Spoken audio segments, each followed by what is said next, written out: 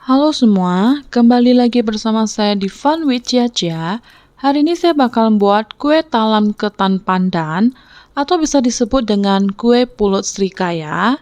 Ini proses pembuatannya itu sangat gampang, tidak terlalu susah, hampir sama dengan kue talam gula merah yang kemarin kita buat, cuma ini bedanya kita menggunakan pandan. Dan proses pembuatannya itu kalau diikutin step by step pasti berhasil. Jadi kalau misalnya kalian penasaran dengan resep kali ini, jangan lupa disimak terus videonya sampai habis ya.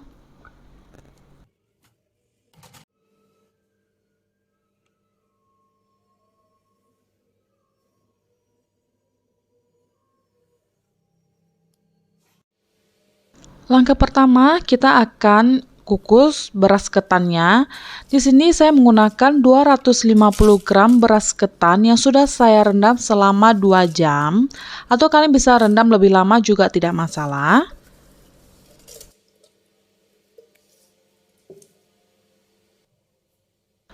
Kemudian kita masukkan 250 ml santan matang. Kita aduk-aduk. Kita masukkan setengah sendok teh garam, kemudian kita aduk kembali lagi. Kita masukkan 1 sendok makan minyak goreng. Kita aduk kembali. Kemudian kita masukkan daun pandan secukupnya.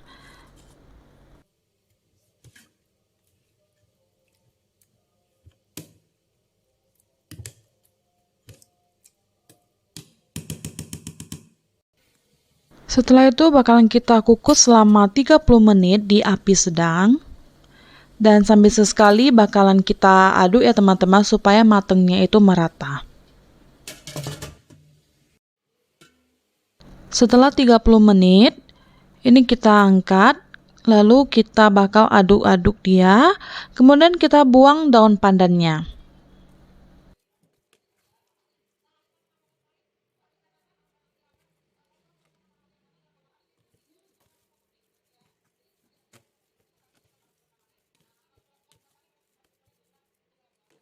Di sini saya menggunakan loyang petak ukuran 18 x 18 cm yang sudah saya beri dengan alas kertas roti. Kalau kalian mau hasilnya lebih tinggi, kalian bisa menggunakan loyang yang ukurannya itu lebih kecil daripada 18 cm ya teman-teman. Ini kemudian kita tekan hingga padat. Pastikan harus benar-benar padat supaya nanti lapisan keduanya itu tidak merembes sampai ke bawah. Dan bila mana kalian tidak punya kertas roti, kalian bisa pakai daun pisang ataupun loyangnya dioles dengan minyak. Setelah itu kita sisihkan dulu. Di wadah lain kita gunakan 280 ml santan matang. Dan ini saya sudah masukkan 2 sendok makan endapan pandan. Cuma tadi betul-betul kameranya tidak terekam ya teman-teman. Saya minta maaf karena saya tidak memperhatikannya.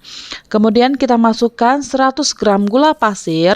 Kalau 100 gram gula pasir menurut saya sudah cukup manisnya ya teman-teman. Tapi kalau kalian memang pecinta manis, kalian bisa menambahkan gula pasirnya lagi. Kemudian kita masukkan setengah sendok teh garam. Kita aduk-aduk hingga tercampur dengan rata. Setelah itu kita masukkan 60 gram tepung terigu protein sedang. Dan kita masukkan juga 1 sendok makan tepung maizena. Kemudian kita aduk hingga semuanya benar-benar tercampur dan menyatu dengan baik. Setelah sudah tercampur, kita masukkan 1 butir telur utuh dan 1 sendok teh pasta vanila. Kalian bisa ganti menjadi vanili bubuk ya teman-teman. Kemudian kita aduk kembali lagi hingga semuanya menyatu dengan baik.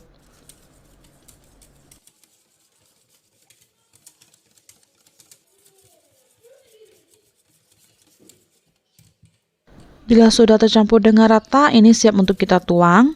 Jangan lupa sambil disaring ya teman-teman untuk memastikan bahwa adonannya itu benar-benar halus, tidak ada lagi yang bergerindir.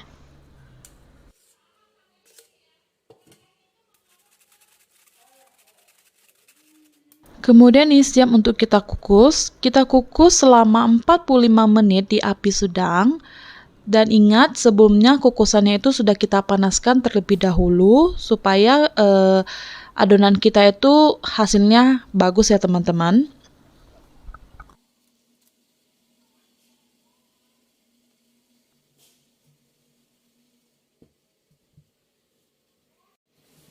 Setelah 45 menit, kuenya sudah matang. Ini kita matikan api, lalu kita angkat dan kita dinginkan hingga benar-benar dingin sebelum kita potong ya teman-teman.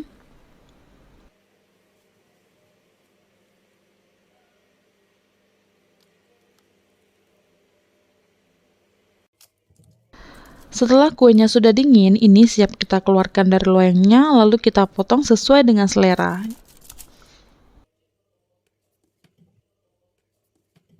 Bisa dilihat ya teman-teman, ini warnanya sangat bagus sekali karena saya menggunakan endapan pandan asli.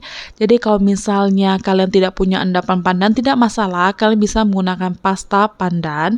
Tapi total dari santannya itu ditambah ya teman-teman menjadi 300 ml. Nanti saya bakalan buat di kolom deskripsi supaya kalian bisa lebih jelas untuk caranya.